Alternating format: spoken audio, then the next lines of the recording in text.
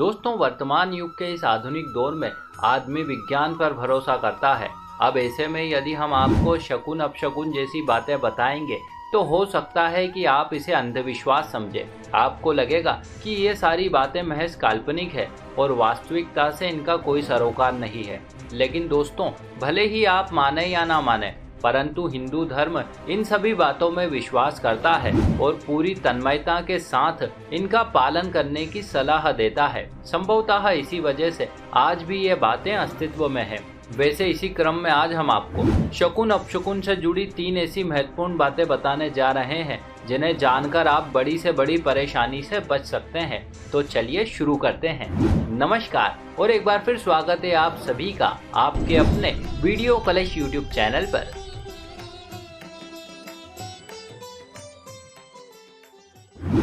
दोस्तों, आज के समय में पैसा ही सब कुछ है। बिना पैसे के कुछ भी संभव नहीं है। हालांकि ये बात भी सही है कि जीवन के कुछ सुख ऐसे होते हैं जिन्हें पैसों से नहीं खरीदा जा सकता। अर्थात ये वो सुख है जो अच्छे कर्म या भगवान की भक्ति से ही प्राप्त होते हैं, जिनमें सुख, शांति व समृद्धि इत्यादि प्रमुख है। लेकिन दोस्तों, हमें ये भी नहीं भूलना चाहिए कि भूखे पेट भजन नहीं होता। मतलब ये कि आज के कलयुग में भक्ति करने के लिए भी धन होना जरूरी है। अब ऐसे में दोस्तों, यदि आप चाहते हैं कि आपके पास सदैव धन बना रहे और कभी भी आपको कंगाली का सामना ना करना पड़े, तो इसके लिए आप एक छोटा सा उपाय कर सकते हैं। आपको बस करना यह है कि किसी भी दशा में आपकी जेब या पर्स खाली नहीं होना चाहिए। कहने का अर्थ यह है कि कुछ न कुछ रुपए पैसे आपकी जेब में होने ही चाहिए ताकि हमेशा बरकत बनी रहे।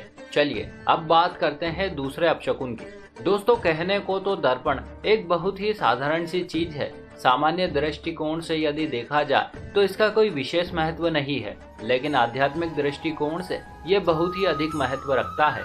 दरअसल ऐसा इसलिए है क्योंकि दर्पण आपका प्रतिबिंब दिखाता है और तो और ये अपने पर पड़ने वाली सारी ऊर्जा या शक्ति को पलटाकर सीधे आप पर भेज देता है, जिससे कि आप प्रत्यक्ष अथवा अप्रत्यक्ष रूप से प्रभावित होते हैं। अतः दोस्तों, ऐसे में ये बहुत ही जरूरी है कि आप साबुत आईने में अपनी शक्ल देखें ताकि इससे आपके सौभाग्य में वृद्धि हो सके।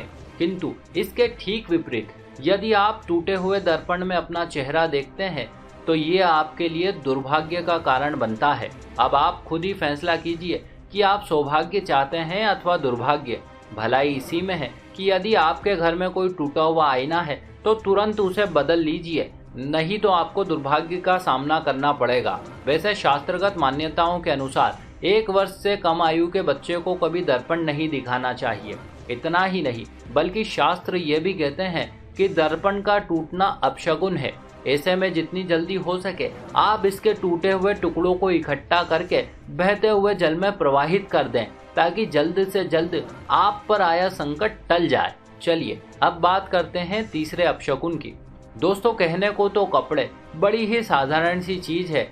आज के समय में हर कोई अपनी पसंद नापसंद को ध्यान में रखते हुए रंग बिरंगे कपड़े पहनता है, लेकिन आपको शायद ये बात पता नहीं है कि कपड़ों के रंग आप पर बहुत अधिक गहरा प्रभाव डालते हैं। दरअसल ये रंग बाहरी ऊर्जा को अपनी ओर आकर्षित करते हैं। जितना अधिक गहरा रंग होता है ये उतने ही अधिक बल से बाहरी ऊर्जा को खींचकर आप तक पहुंचाता है। मान लीजिए कि यदि आप काले रंग के कपड़े पहनकर शमशान चले जाते हैं तो इस बात की बहुत अधिक संभावना रहती है कि ये रंग वहां पर मौजूद विभिन्न प्रकार की नकारात्मक शक्तियों को अपनी ओर आकर्षित करेगा, जबकि सफेद रंग ऐसा कुछ भी नहीं करता। अतः ऐसे में ये बहुत ही जरूरी है कि यदि आप किसी नकारात्मक जगह पर जाएं तो वहां पर सफेद वस्त्र धारण करके जाएं, परंतु जब आप किसी सकारात्मक स्थान पर जाएं तो आप गहरे रंग के वस्त्र धारण करें ताकि आपको सकारात्मक ऊर्जा मिल सके। वैसे इससे जुड़ा एक अपशकुन भी है। कहते हैं कि घर से बाहर निकलते समय यदि कोई व्यक्ति काले वस्त्र पहने दिखाई दे तो समझ लेना चाहिए कि ये एक दुर्घटना का संकेत है। अतः ऐसे में आप कुछ मिनट का विश्राम करें, उसके बाद ही घर से निकलें। तो दोस्तों, ये थी शकुन अपशकुन से जुड़ी 3 महत्वपूर्ण बातें जो आपको बड़ी से बड़ी मुसीबत से बचा सकती है। अब इनका पालन करना ना करना आप पर निर्भर करता है। आशा करते हैं ये जानकारी आपके लिए कल्याणकारी सिद्ध होगी। ऐसे और भी वीडियो देखने के लिए अभी सब्सक्राइब करें वीडियो कलिश यूट्यूब चैनल को। साथ ही साथ इस वीडियो को ज़्यादा से ज़्यादा लोगों के साथ शेयर करें। हमारे साथ अंत तक बने रहने के लिए आप सभी का बहुत बहुत धन्यवाद।